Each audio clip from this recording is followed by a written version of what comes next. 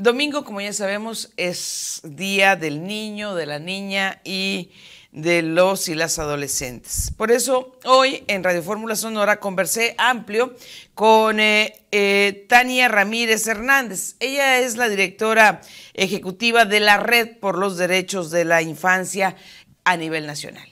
Y es una entrevista que, bajo mi punto de vista, nos deja algunos datos importantes que nos permiten dimensionar la realidad en la que viven niñas, niños y adolescentes en nuestro país. Es, como le digo, una entrevista que realicé esta mañana en el programa que conduzco de lunes a viernes, de 10 a 11 de la mañana en Radio Fórmula Sonora. Agradezco a Radio Fórmula que me permita reproducir esta entrevista para TV de Primera Plana. Adelante.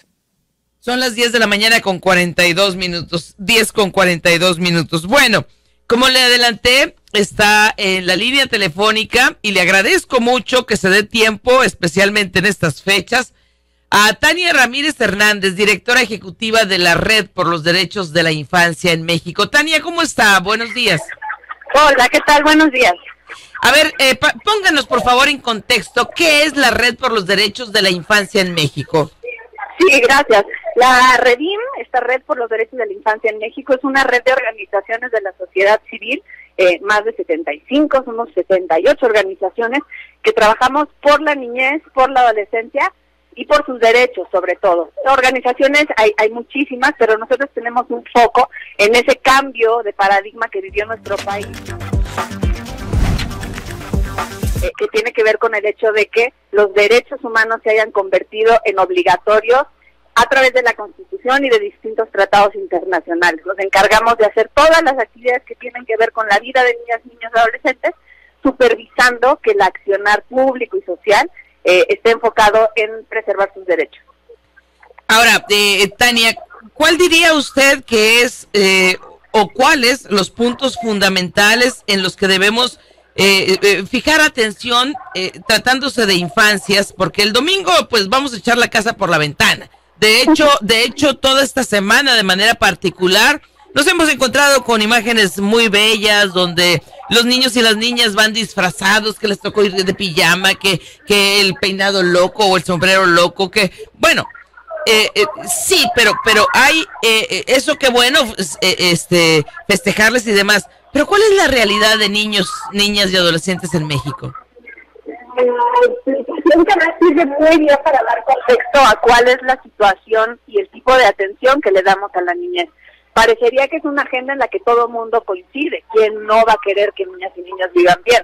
Pero el resto de los meses y los días que no son 30 de abril, la niñez y la adolescencia están olvidadas. Niñas, niños y adolescentes son el grupo de población que más pobreza y pobreza extrema tiene, y los efectos de la violencia que vive en nuestro país están también tocando sus vidas. Documentamos problemáticas continuamente como violencia sexual, lesiones por parte de familias, reclutamiento por parte del crimen organizado, desapariciones también de niñas, niños y adolescentes. Algo que poco se sabe es que en este país de más de 110,000 personas desaparecidas, ya el 17% son niñas, niños y adolescentes.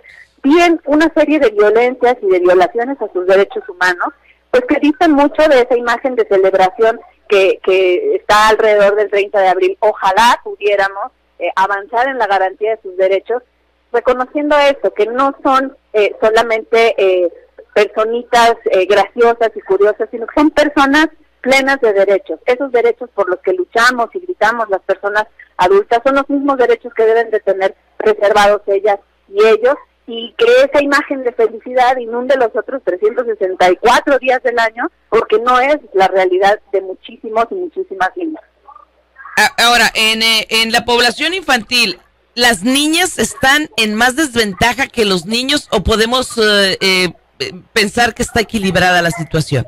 No, definitivamente sí podemos documentar muchas violaciones a sus derechos que están correlacionadas con el género, es decir, esa desigualdad que estamos apenas aprendiendo a ver como país, empieza desde el día cero de sus vidas. Las niñas, por ejemplo, siguen teniendo este mandato de cuidados, un mandato de vida doméstica que hace que si en una familia alguien se tiene que cuidar a algún hermano o hermana chiquita, muy probablemente va a ser la niña, ¿no? Si hay que cuidar a la abuela, personas adultas mayores, lo van a hacer ellas. Si alguna familia tiene que decidir a quién va a mandar, digamos en la extrema pobreza, a quién va a mandar a la escuela y a quién no, muy probablemente sea la niña la que se quede. Entonces, esa huella de la desigualdad la vemos desde muy temprana edad, e incluso las afectaciones de violencia que se ven en su contra son enormemente abismales. Les pongo un ejemplo: violencia sexual, los casos que llegan a los hospitales del país, ojo, tocaría hacer un cálculo de que siempre hay un subregistro, ¿no? Porque esos son los casos de violencia sexual que ya llegaron al hospital. Imagínense cuántos quedan bajo la sombra. 93% son en contra de ellas. Las niñas y las adolescentes que están viviendo en mayor medida los grados de violencia e incluso de violencia feminicida. 10% de los feminicidios en nuestro país son de niñas y adolescentes. Y eso es algo que tampoco dimensionamos. ¿Qué datos tan crudos, Tania? Estoy hablando con Tania Ramírez, directora ejecutiva de la Red por los Derechos de la Infancia en México. Son datos muy, muy crudos, pero que no podemos cerrar los ojos a esa realidad que nos está gritando ahí, Tania. Sí, no podemos cerrar los ojos, y a la luz de lo que estaban comentando justo ahora, el CIPINA fue una de esas instituciones dentro del grupo de las 18 que paquetearon en el decreto presidencial para proponer, pues no desaparecer, lo van a decir así, no es que desaparezca, lo vamos a mandar al DIF, pero este sistema, como un sistema creado precisamente para velar porque la atención a niñas y niños sea con un enfoque de derechos, quedaría desmantelada, sería matar el CIPINA. Es una institución reciente en nuestro país, sabemos que a lo mejor no suena mucho, ¿no? Y a las personas que tengan más de 40 años, pues les sonará lógico que el DIF sea quien se haga cargo de la niñez. Pero nuestro país vivió un adelanto importante para poder reconocer derechos de niñez y adolescencia a partir de lo que nos mandata la Convención de los Derechos del Niño de Naciones Unidas y la propia Ley General de Derechos de Niñez y Adolescencia, además de nuestra propia Constitución. Entonces, pensar en llevar el CIPINA al DIF querría decir un retroceso al México de hace 40, 50 años, en donde una sola institución como el DIF se hace cargo de la tercera parte de la población. No hay que olvidar que niñas, niños y adolescentes son el 30% de esta población, 38 millones de personas.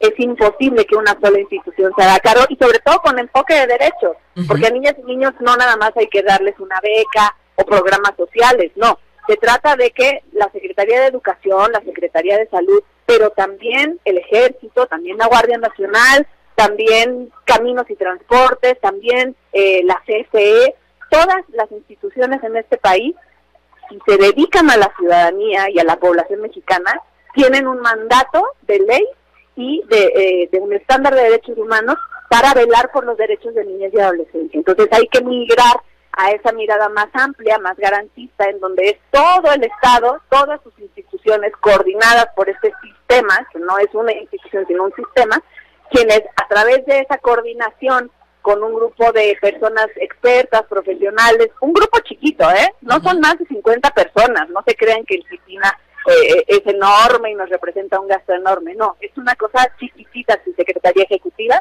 pues bueno, ese nivel de coordinación, la gran política pública nacional, se tiene que hacer con esta Secretaría Ejecutiva, ahí donde está. Esta discusión ya se tuvo en nuestro país hace muchos años cuando se decidía cómo y dónde construir el CIPINA. Es fundamental que esté en la Secretaría de Gobernación, porque está ahí en el corazón de la institución máxima de gobernanza, y no como una unidad administrativa, es decir, como una especie de dirección dentro del DIF, que a su vez, hay que recordarlo, está descentralizada de la Secretaría de Salud.